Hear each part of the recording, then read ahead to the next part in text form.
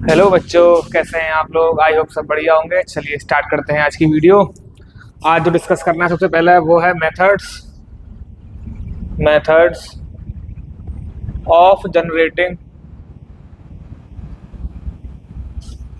Induced EMF, है ना। हम इंड्यूस्ड ईएमएफ को कैसे कैसे जनरेट कर सकते हैं किसी कॉइल के अंदर, ठीक है। ईएमएफ कैसे कैसे इंड्यूस कर सकते हैं। देखो, इंड्यूस ईएमएफ तभी होगी जब फ्लक्स चेंज होगा, है ना। ईएमएफ कब इंड्यूस होता है, फेराडे ने बताया है कि जब भी किसी कॉइल के थ्रू, है ना, फ्लक्स चेंज होगा तो वहां पर ईएमएफ इंड्यूस करेगी। हमको पता है जो मैग्नेटिक फ्लक्स होता है वो होता है phi m equals to B A cos theta. क्या होता है, phi equals to B A cos theta. तो देखो, अगर सबसे पहले इसमें हम मैग्नेटिक फील्ड को टाइम के साथ चेंज कर दें, है ना, क्या कर दें, by changing magnetic field with respect to time, है ना। अगर मैग्नेटिक फील्ड टाइम के संग चेंज हो रहा है तो क्या करेगी, तब भी एक ईएमएफ इंड्यूस कर जाएगी। और कैसे कर सकती है, अगर हम एरिया को चेंज करते हैं, है ना, किसी यूनिफॉर्म इलेक्ट्रिक फील्ड में कॉइल रखते हैं और कॉइल का एरिया अगर टाइम के साथ लगातार चेंज हो रहा है तो वहां भी ईएमएफ इंड्यूस हो सकती है। तो by changing area of coil, ठीक है, by changing area of coil in a uniform magnetic field. और ये हम पढ़ ही चुके हैं प्रीवियस वीडियो में। क्या किया था हमने पढ़ा था मोशनल ईएमएफ। उसमें क्या कर रहे थे हम, कॉइल का एरिया टाइम के साथ में डिक्रीज कर रहा था, जिससे जो ईएमएफ इंड्यूस आया था वो आया था बी एल वी, है ना। एरिया को चेंज करने से जो इंड्यूस होता है ईएमएफ वो होता है E equals to B L V. और जो थर्ड है वो इम्पोर्टेंट है, और जो यूज होता है किसमें, एसी करंट में या एसी जनरेटर में, ठीक है। वो क्या है, by changing the relative orientation, by changing the relative orientation between coil and magnetic field. अगर हम मैग्नेटिक फील्ड और कॉइल के बीच में जो एंगल है ना, उसके एरिया वेक्टर के बीच में जो एंगल्स को लगातार टाइम के साथ चेंज करते हैं तब भी ईएमएफ को हम जनरेट करा सकते हैं। कैसे, देखो, फाई इक्वल्स टू होता है बी ए कॉस थीटा, और हमको पता है थीटा होता है क्या, ओमेगा इंटू टी, है ना। कैसे आता है, जब भी कोई सर्कुलर मोशन करता है तो उसकी जो एंगुलर वेलोसिटी होती है, ये क्या होती है, एंगुलर वेलोसिटी होती है एंगुलर डिस्प्लेसमेंट अपॉन टाइम। तो यहाँ से जो थीटा आता है वो आता है ओमेगा इंटू टी, ठीक। यानी कि अगर थीटा टाइम के साथ चेंज हो रहा है मतलब क्या मैं इसको लिख सकता हूँ, phi equals to B A cos omega, है ना। अगर मैं इसको डिफरेंशिएट करूँ विद रिस्पेक्ट टू टाइम, क्योंकि ये चेंज हो रहा है, d phi over D t निकालूँ तो वो क्या आएगा, देखो बी और ए तो कॉमन हुआ है कांस्टेंट, बी और ए तो कांस्टेंट है ना। कॉस का जो डिफरेंशिएशन होता है वो क्या होता है, माइनस साइन। तो ये आएगा minus sine omega into T, ठीक है। क्या हो जाएगा, minus sine omega into T, ठीक। तो यहाँ से D five over D T की जो वैल्यू मुझे मिलेगी वो मिलेगी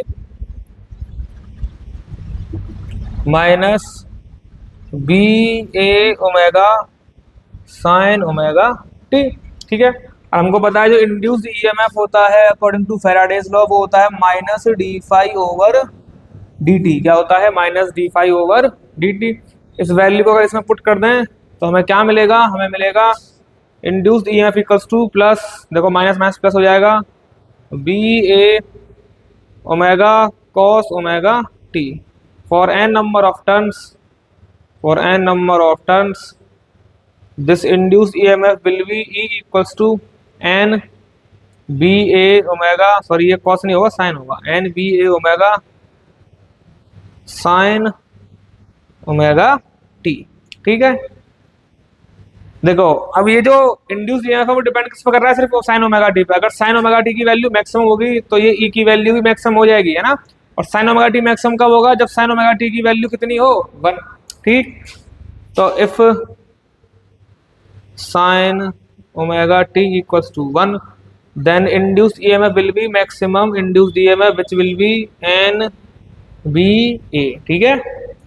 अगर मैं इस एन बी ए की जगह ई नॉट रखूं तो ये इक्वेशन मुझे क्या मिलेगी, ये मिलेगी E equals to E naught sine omega t. क्या मिलेगी, E equals to E naught sine omega t, ठीक है। यहाँ पे ओमेगा और रह गया है, तो ये मिलेगी मुझे मेरी इक्वेशन ऑफ इंड्यूस्ड ईएमएफ। कब, जब हम थीटा को चेंज कर रहे हैं, ठीक है। तो यही होती है इक्वेशन ऑफ अल्टरनेटिव ईएमएफ। जो हमारे पास अल्टरनेटिव करंट आता है उसमें जो ईएमएफ होती है उसकी इक्वेशन यही होती है, जिसको हम नेक्स्ट चैप्टर में पढ़ेंगे, ठीक है। इसको नोट कीजिए, फिर हम बात करते हैं सेल्फ इंडक्शन की और म्यूचुअल इंडक्शन की।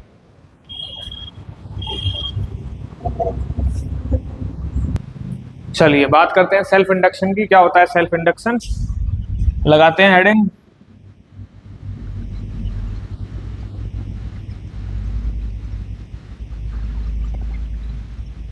सपोज हमारे पास कोई कॉइल है, ठीक। इसको हमने एक बैटरी से कनेक्टेड किया है और इसमें एक की लगाई हुई है। मुझे बताओ क्या इस टाइम इस कॉइल के थ्रू कोई भी करंट या कोई भी मैग्नेटिक फील्ड होगा? नहीं होगा। इस टाइम इस टाइम इस कॉइल के अंदर कोई भी मैग्नेटिक फील्ड नहीं है। जब मैं इस स्विच को ऑन करता हूं, जब मैं इस स्विच को ऑन करता हूं तो क्या होगा, पहले यहाँ पर मैग्नेटिक फील्ड था जीरो, अब यहाँ पर एक संग क्या होगा, मैग्नेटिक फील्ड सेटअप करेगा, यानी कि मैग्नेटिक फील्ड का क्या हुआ, change from zero to maximum. जब की ओपन थी तो मैग्नेटिक फील्ड कितना था, जीरो, ठीक।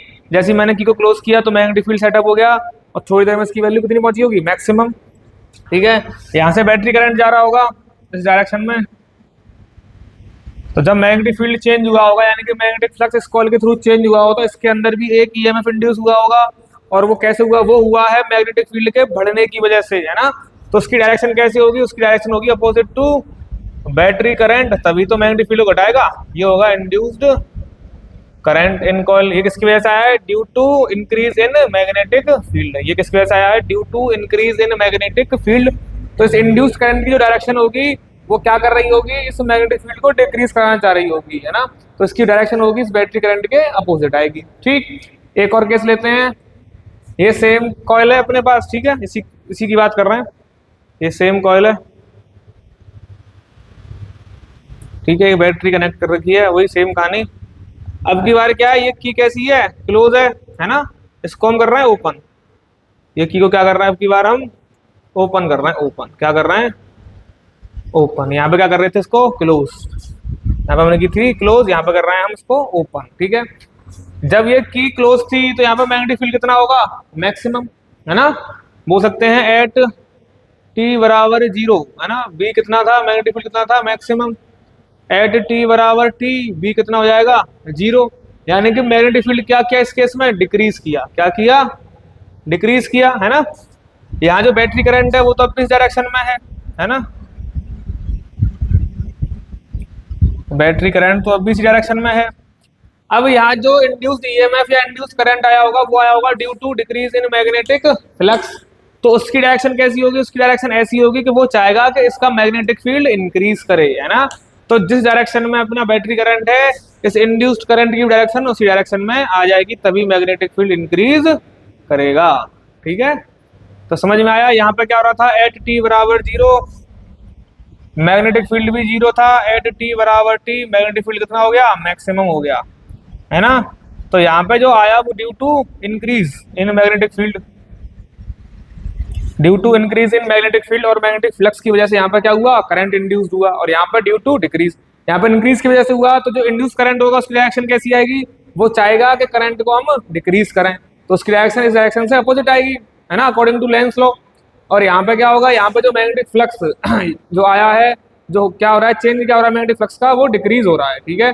तो यहाँ पे जो करंट इंड्यूस हुआ होगा वो क्या चाहेगा कि जिस कॉज से वो इंड्यूस हुआ है उसी कॉज का अपोज करना चाहेगा। वो घटने की वजह से इंड्यूस हुआ है तो वो उसको क्या करेगा, बढ़ाएगा। और बढ़ेगा कैसे, जब सेम डायरेक्शन में करंट आएगा इंड्यूस करंट। तो ये होता है सेल्फ इंडक्शन, ठीक है। अपने खुद के करंट से ही अपने अंदर एक इंड्यूस करंट को इंड्यूस कराना, है ना। अपने खुद के करंट से ही अपने अंदर एक और करंट को इंड्यूस कराना, वही होता है सेल्फ इंडक्शन। बैटरी करंट ने क्या किया, अपने अंदर एक और, इस कॉइल के अंदर एक और करंट इंड्यूस करा दिया, ठीक है। ये होता है सेल्फ इंडक्शन। अब मुझको बताओ, यहाँ जो मैग्नेटिक फ्लक्स होगा वो डिपेंड कर रहा होगा कि करंट कितना है। जितना ज्यादा करंट होगा, जितना ज्यादा करंट होगा उतना ज्यादा मैग्नेटिक फील्ड होगा। और जितना ज्यादा मैग्नेटिक फील्ड होगा उतना ज्यादा ये अपना फाई होगा। फाई क्या है? Magnetic flux. ठीक, अगर हम हटाते हैं साइन प्रोपोर्शनलिटी का तो यहाँ पे कांस्टेंट आता है जिसको बोलते हैं हम एल, कैपिटल एल। क्या बोलते हैं? Capital L. ये कैपिटल एल क्या है? ये एक कांस्टेंट है। ठीक है, ना ये आई पे डिपेंड कर रहा, ना ये फाई पे डिपेंड कर रहा। इसको बोलते हैं सेल्फ इंडक्शन, सेल्फ इंडक्टेंस। क्या बोलते हैं इसको?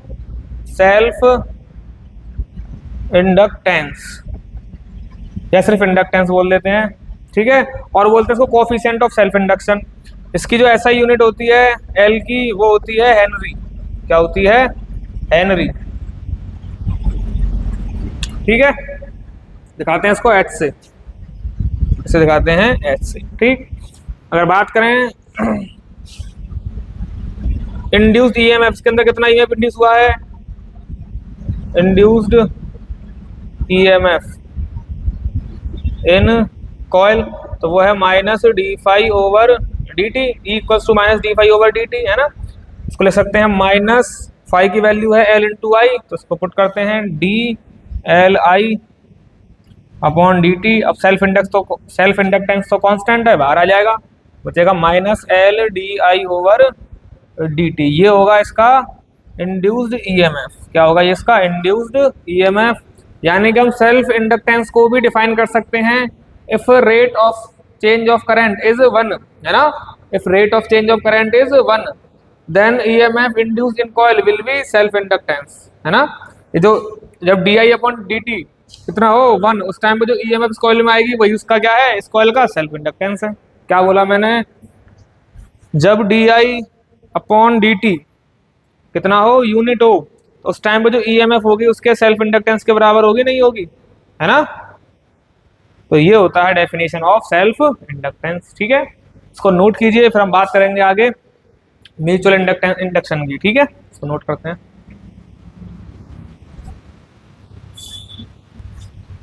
म्यूचुअल इंडक्शन पढ़ने से पहले हम देख लेते हैं self inductance of a solenoid. ठीक है, ये बोर्ड में है आपके सिलेबस में, तो इसको पहले देख लेते हैं। Self inductance of a solenoid. जब भी हम सोलेनोइड बोलते हैं इसका मतलब लॉन्ग सोलेनोइड की बात कर रहे हैं। ठीक है, self inductance of a solenoid. क्या होता है सोलेनोइड? तो बनाते हैं सोलेनोइड। सपोज ये हमारे पास कोई सोलेनोइड है, इस सोलेनोइड के अंदर स्मॉल एन है number of turns per unit length. ठीक है, कैपिटल एन है नंबर ऑफ टर्न्स, एल है इसकी लेंथ ऑफ सोलेनोइड, और कैपिटल ए है इसका क्रॉस सेक्शन एरिया। ठीक है, कुछ इस प्रकार से बना होता है सोलेनोइड।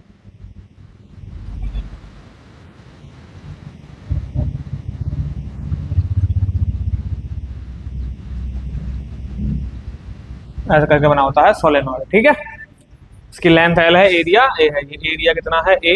इसकी लेंथ है एल, बाकी सब मैंने लिख दिया है। इसके अक्रॉस कितना मैग्नेटिक फील्ड बनता है उसको हम पढ़ चुके हैं चैप्टर 4 में।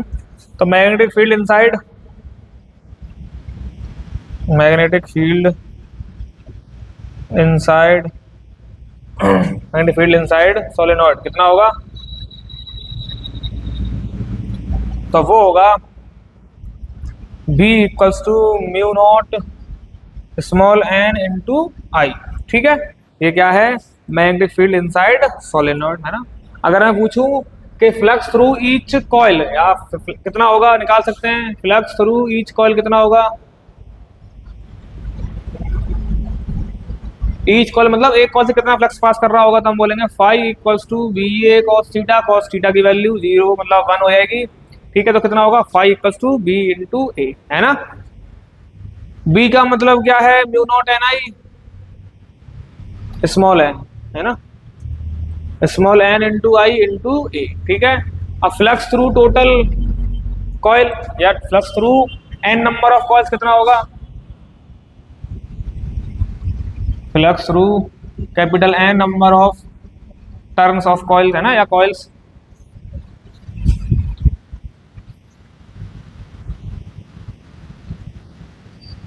वो कितना होगा? तो वो होगा फाई टोटल है ना, जिसको बोलेंगे हम small N mu naught N I A. हमने क्या किया, N into B A, B A की जगह ये वैल्यू पुट कर दी, और एन क्या है यहाँ पे, नंबर ऑफ टर्न्स। ठीक है भाई, एक टर्न से इतना फ्लक्स पास कर रहा है, एन नंबर ऑफ टर्न से कितना फ्लक्स पास करेगा, उसमें एन का मल्टीप्लाई कर दिया। ठीक, हमको पता है, देखो यहाँ से देखो क्या, स्मॉल एन इक्वल्स टू होता है capital N by L. Yes, तो कैपिटल एन हो जाएगा स्मॉल एन इंटू एल। इस वैल्यू को इसमें पुट कर सकते हैं, तो क्या मिलेगा मुझे, 5 equals to N into L mu naught N I A. ठीक है, और सॉल्व करते हैं तो क्या मिल रहा है हमें, देखो म्यू नॉट एन स्क्वायर आई ए इंटू एल।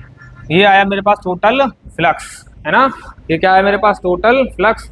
सेल्फ इंडक्टेंस क्या होता है ना, self inductance as we know self inductance होता है 5 equals to L into I, यानी कि तो यहाँ पर अगर हम 5 की वैल्यू पुट करें तो क्या मिलेगा हमें, mu naught N square I into A into L equals to capital L into I. I से आई कैंसिल हो जाएगा, तो सेल्फ इंडक्टेंस आ रहा है, वो आ रहा है L equals to mu naught N square A into L. क्या आ रहा है, mu naught N square A into L, where mu naught is the permeability of free space, property of medium, small n is the number of turns per unit length, a is the cross section area of solenoid and l is the length of solenoid। यानी कि जो self inductance है वो depend किस चीज पर कर रहा है, उसको फाई से और आई से। देखो मैंने तुमसे क्या हुआ था पहले कि जो सेल्फ इंडक्टेंस है उसको फाई से और आई से कोई मतलब नहीं है, वो इनसे इंडिपेंडेंट है ना। तो डिपेंड किस पर करता है, तो सेल्फ इंडक्टेंस देखते हैं, सेल्फ इंडक्टेंस डिपेंड्स ऑन, किस सी पर डिपेंड करता है देखते हैं। पहला डिपेंड कर रहा है ये किस पे, मीडियम पे। किस पे डिपेंड कर रहा है, मीडियम पर। क्यों डिपेंड कर रहा है, परमेबिलिटी की वजह से, परमेबिलिटी ऑफ मीडियम है ना, अलग अलग मीडियम के अलग अलग होगी। दूसरा डिपेंड करेगा number of turns per unit length, या नंबर ऑफ टर्न्स पर। ठीक है, number of turns in coil, coil में कितने टर्न्स हैं उस पर डिपेंड करती है बात। तीसरा डिपेंड करेगा ये क्रॉस सेक्शन एरिया, ठीक है, और डिपेंड कर रहा है कि लंबाई कितनी है, length of solenoid, length of solenoid. इसीलिए किसी गिवन सोलेनॉइड की, है ना, अगर हमारे पास कोई सोलेनॉइड है तो उसका जो सेल्फ इंडक्टेंस होगा वो हमेशा कैसा होगा, कांस्टेंट होगा। इसकी यूनिट क्या होती है, हेनरी, इसकी यूनिट क्या होती है, हेनरी। ठीक है, चलिए नोट कीजिए, फिर आगे बात करते हैं सेल्फ इंडक्शन की।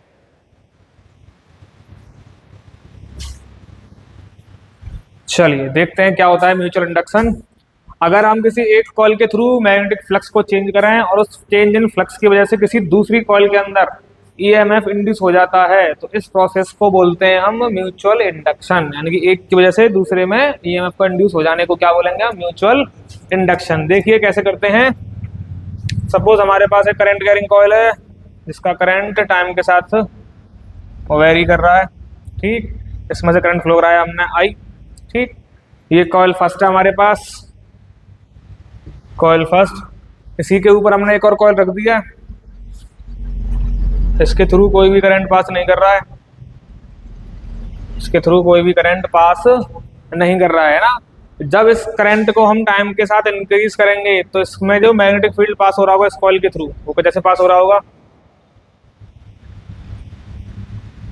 है ना। और जो मैग्नेटिक फील्ड तुमको पता है लूप बनाता है, तो ये मैग्नेटिक फील्ड यहाँ से भी पास हो रहा होगा, इस कॉइल से भी। अरे बोलो, हो रहा होगा नहीं हो रहा होगा, है ना। तो जैसे हम करंट की वैल्यू को बढ़ाएंगे क्या होगा, मैग्नेटिक फील्ड की वैल्यू भी बढ़ेगी। अगर मैग्नेटिक फील्ड की वैल्यू बढ़ती है इसका मतलब फ्लक्स की वैल्यू भी बढ़ेगी।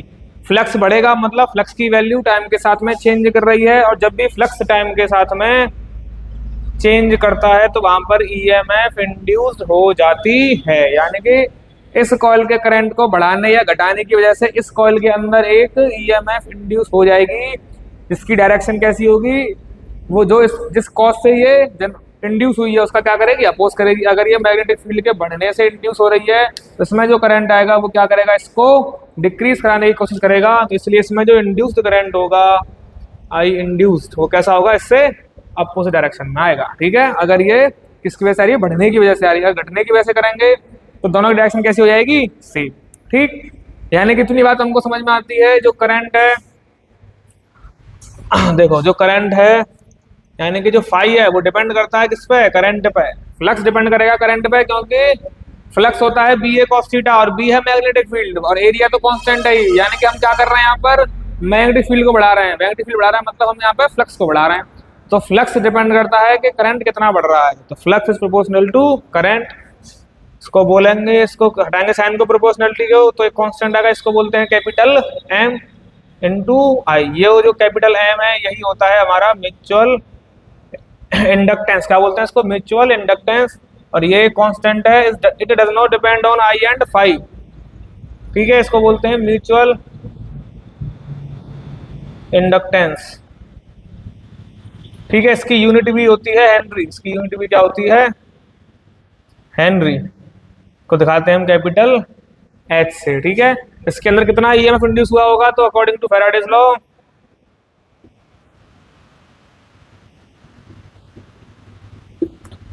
इंड्यूस ईएमएफ होगा minus D phi over D T, which will be equals to minus D bracket में M I upon D T. M तो कांस्टेंट है तो एम आ जाएगा बाहर, बचेगा क्या, D I over D T. क्या बचेगा, D I over D T, है ना।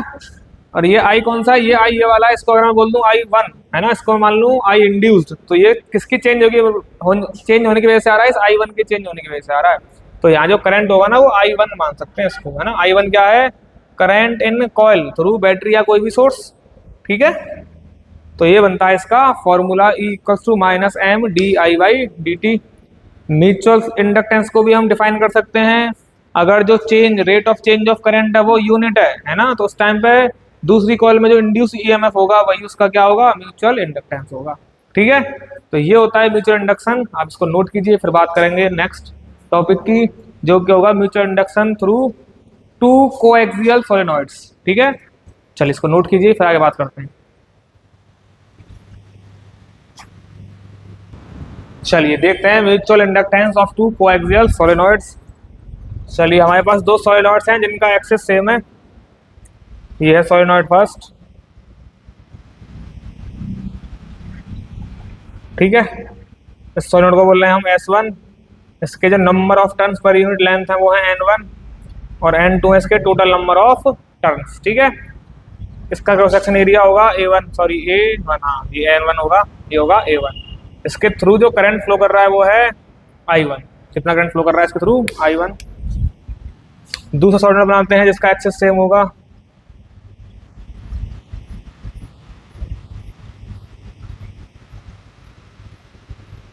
ये होंगे कोएक्सियल सोलेनॉइड्स। ठीक है, इस सोलेनॉइड को बोल रहे हैं हम S2। N2 है इसमें number of turns per unit length. ठीक, कैपिटल N2 है नंबर ऑफ टर्न्स। ठीक है, और बस, और इसकी लेंथ मान लो, लेंथ तो सेम है दोनों की। ठीक है, चलिए ये है अपने पास टू कोएक्सियल सोलेनॉइड्स। ठीक है, जो करंट इंक्रीज या डिक्रीज कर रहा है वो कर रहा है सोलेनॉइड फर्स्ट में से। ठीक है, तो इसके थ्रू जो मैग्नेटिक फील्ड बन रहा होगा, कितना बन रहा होगा, B1 कितना होगा, B1 होगा म्यू नॉट N1 इंटू आई, है ना। मैग्नेटिक फ्लक्स थ्रू सोलेनॉइड 1, ये क्या है, मैग्नेटिक फील्ड, सॉरी फ्लक्स नहीं field, magnetic field inside solenoid first, inside solenoid first. ठीक है, निकाल सकते हैं फ्लक्स थ्रू सोलेनॉइड कितना होगा, टोटल फ्लक्स थ्रू सोलेनॉइड। देखो अगर एक्सिस सेम है दोनों का, तो जितना फ्लक्स इस पहले वाले सोलेनॉइड से पास कर रहा होगा उतना ही फ्लक्स सेकंड सोलेनॉइड से पास कर रहा होगा। कोई भी फ्लक्स, जो फ्लक्स की वैल्यू वो दोनों के लिए कैसी होगी, सेम। ठीक है, तो टोटल फ्लक्स थ्रू सोलेनॉइड्स कितना होगा, फाई इक्वल्स टू होगा जितना फर्स्ट वाले के लिए होगा उतना सेकंड वाले के लिए होगा, है ना।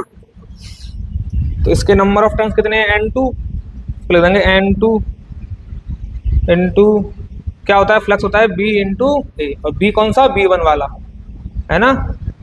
यानी कि हम निकाले हैं फ्लक्स थ्रू सोलेनॉइड सेकंड बोल देते हैं, बस दोनों की तरफ सेम ही होगा। फ्लक्स थ्रू नहीं, सेम नहीं होगा, सेम इसलिए नहीं होगा क्योंकि नंबर ऑफ टर्न्स अलग अलग है ना, नंबर ऑफ टर्न्स अलग अलग है। अगर नंबर ऑफ टर्न सेम होते तो दोनों के अक्रॉस क्या होता, फ्लक्स सेम होता। अब क्योंकि N1 N2 अलग अलग हैं तो यहाँ पे सेम नहीं होगा, जिसके ज्यादा नंबर ऑफ टर्न्स होंगे उसके थ्रू ज्यादा फ्लक्स पास करेगा। तो हम देख रहे हैं total flux through solenoid second, तो 5 हो जाएगा number of turns per unit length, है ना, इनटू बी, और ए बी का मतलब B1, क्योंकि यहाँ पे जो फील्ड मैग्नेटिक फील्ड किसकी वजह से बनना है, फर्स्ट सोलेनॉइड की वजह से बनना है। और क्रॉस सेक्शन एरिया दोनों के सेम होंगे क्योंकि दोनों का एक्सिस सेम है, ठीक है। तो लिख देंगे यहाँ पर A1 बराबर A2 होगा, A1 बराबर A2, ठीक है। और थीटा 0, थीटा की वैल्यू 0 होगी, कॉस 0 कितना होता है 1। तो फ्लक्स कितना आ रहा है इसके थ्रू, तो फ्लक्स आएगा 5 इक्वल्स टू N2, B1 की वैल्यू कितनी है, B1 की वैल्यू है mu naught N1 I into A, तो है ही है। क्या मैं N2 को क्या लिख सकता हूँ, small n2 into L, length भी सेम होगी दोनों की, है ना। अरे कैपिटल N क्या होता है, N होता है number of turns, small n क्या होता है number of turns per unit length, यानी कि ये होगा N2 बाई एल। तो N2 की वैल्यू क्या होगी, स्मॉल n2 इंटू एल, ठीक है, mu naught N1 I into A. ये क्या आ रहा है, सॉरी ये N2 की वैल्यू रखी थी यहाँ पे हमने, तो जो फ्लक्स आ रहा होगा कितना आ रहा होगा, N2L mu naught N1 I into A, यानी कि सॉल्व करें इसको तो म्यू नॉट N1 N2, है ना, LI A, ये आ रहा होगा फ्लक्स थ्रू सोलेनॉइड सेकंड, है ना। अब इंड्यूस ईएमएफ निकालना है, या क्या इंड्यूस ईएमएफ नहीं, वो निकालना है हमको, क्या निकालना है, mutual inductance. Now mutual inductance क्या होगा, अभी हमने देखा है 5 इक्वल्स टू आया था मेरे पास M इंटू आई, 5 की जगह इस वैल्यू को पुट करते हैं तो निकलती है value mu naught N1 N2 into L I into A equals to M into I, I से आई कैंसिल हो जाएगा, तो M इक्वल्स टू मेरे पास आ रहा है म्यू नॉट N1 N2, है ना, L इंटू ए। ये होता है mutual inductance of two coaxial solenoids, ठीक है। किन किन बातों पर डिपेंड कर रहा है, मीडियम पे डिपेंड कर रहा है, किस मीडियम में सोलेनॉइड रखे हुए हैं, number of turns solenoid first और सोलेनॉइड सेकंड पे डिपेंड कर रहा है, लेंथ ऑफ सोलेनॉइड पे डिपेंड कर रहा है, और क्रॉस सेक्शन एरिया पर। इसको करंट से और फ्लक्स से कोई भी मतलब नहीं है, यानी कि एक पर्टिकुलर अरेंजमेंट के लिए इसकी वैल्यू हमेशा कैसी आएगी, कांस्टेंट आएगी, ठीक है। तो ये होता है mutual inductance of two coaxial solenoid. I hope आपको ये वीडियो अच्छी लगी होगी। वीडियो अच्छी लगी है तो लाइक कीजिए, चैनल को सब्सक्राइब कीजिए और सपोर्ट कीजिए। मिलते हैं नेक्स्ट वीडियो में, तब तक के लिए थैंक यू।